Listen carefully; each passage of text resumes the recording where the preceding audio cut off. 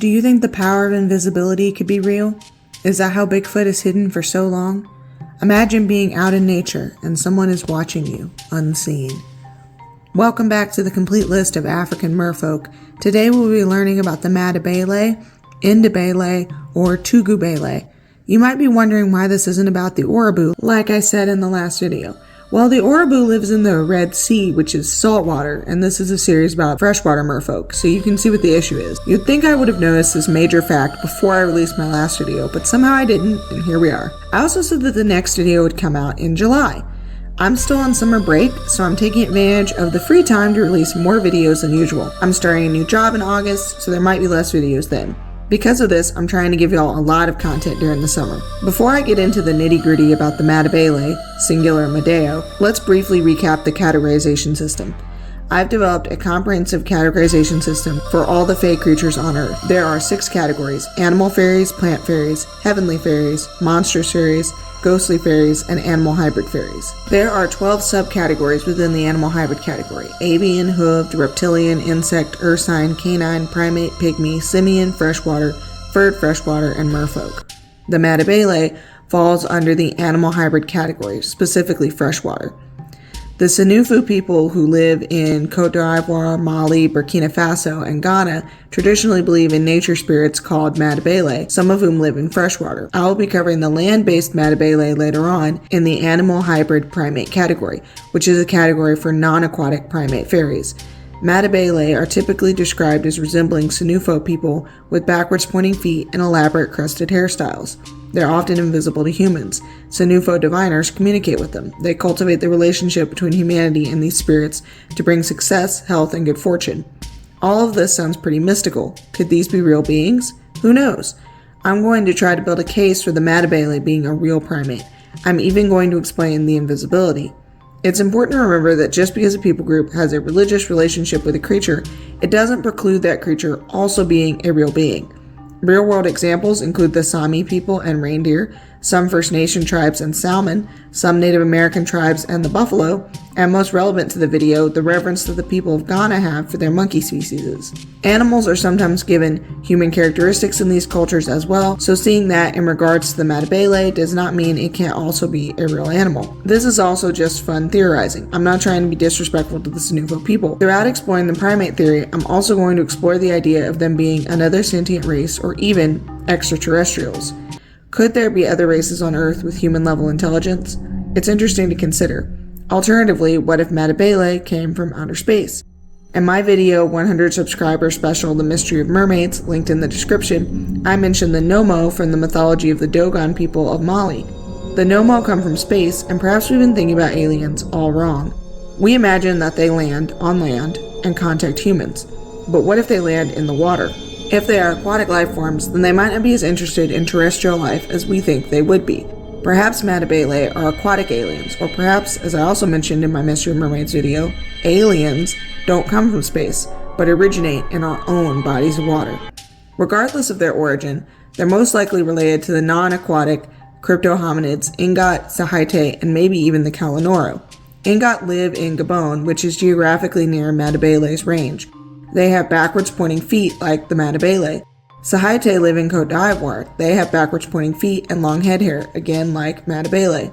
They also had a barter system with the Gure people, much like the relationship between the senufo people and the Madebele. Lastly, the Kalanoro live further away in Madagascar, but are similar enough for me to mention. They have long hair, backwards pointing feet, and are phantasmic, implying that they might be able to turn invisible. Madebele is aquatic though, so let's start there with their distribution and habitat, which is the rivers and lakes in Côte d'Ivoire, Mali, Burkina Faso, and Ghana. Further south in Nigeria, Cameroon, Gabon, and Equatorial Guinea, the Igbo people have a somewhat similar belief in spirits called Arose or Alose, who are related to the Madebele and will be the focus of my next video. Like Naiad Niloticus, Madebele are fully aquatic, but they live exclusively in freshwater.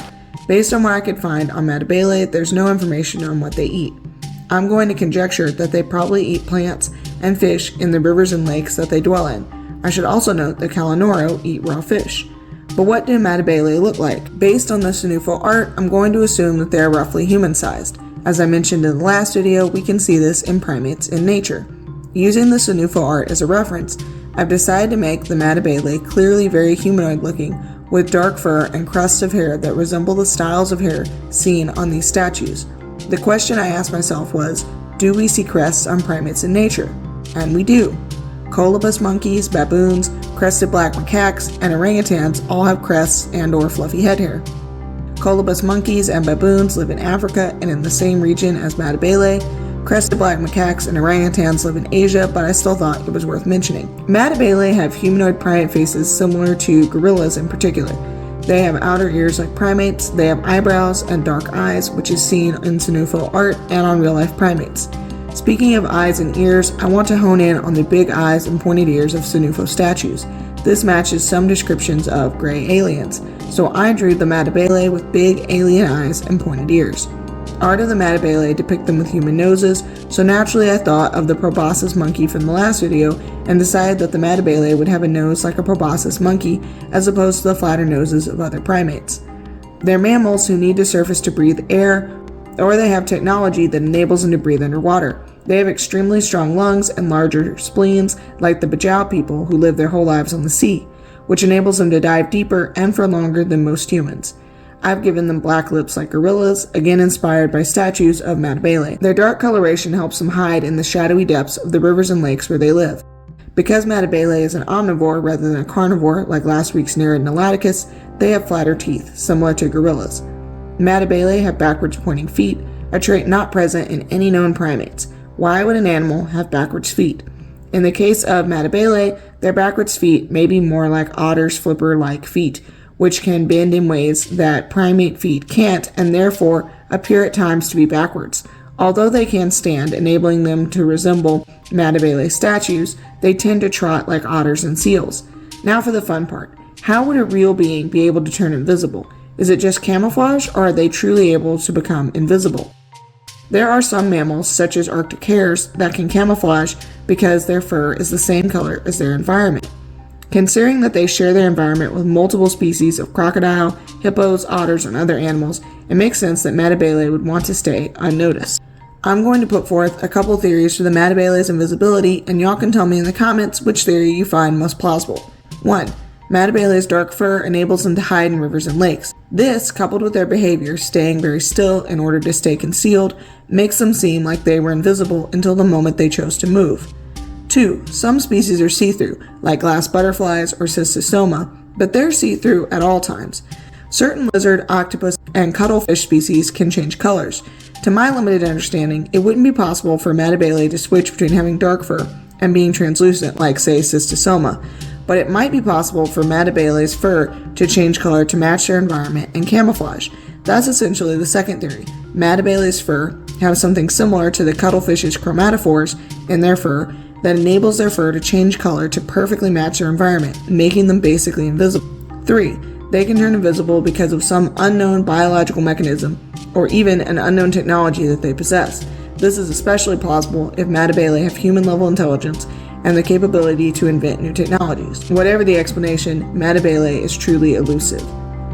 But they do have a special relationship with the senufo people.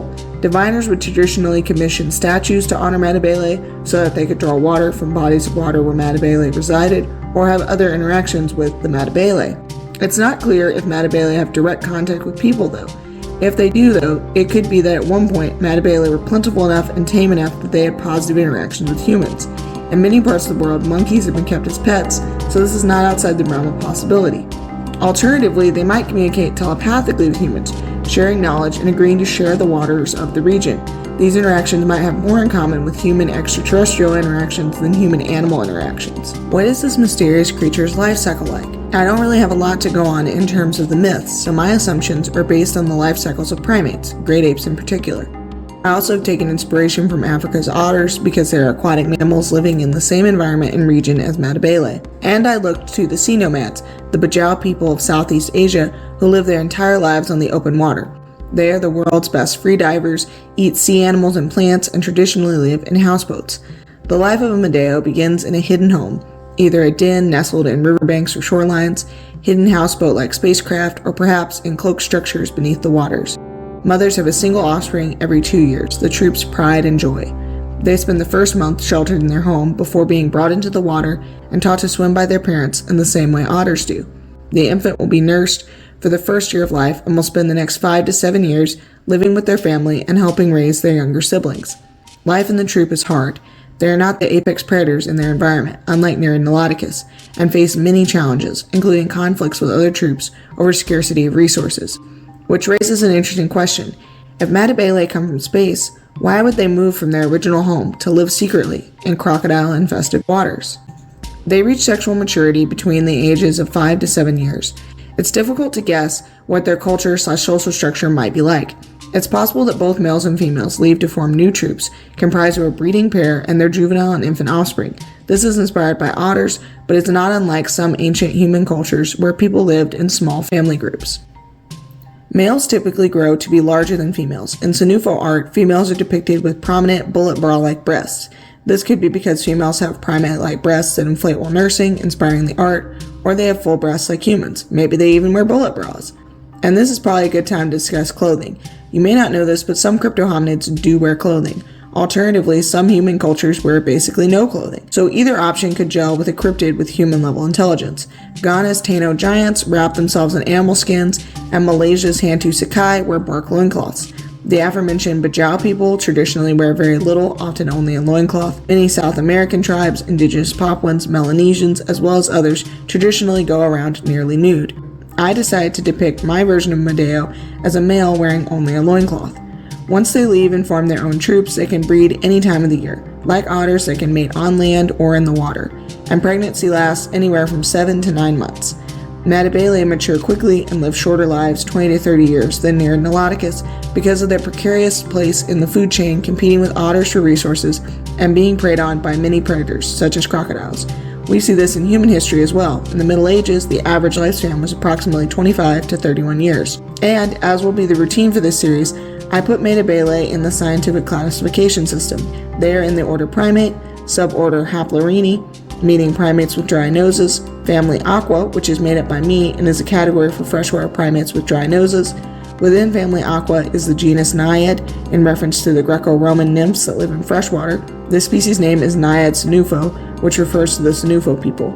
So what do you think? Could there be a hidden race, possibly from the stars, living in our rivers and lakes? Let me know in the comments.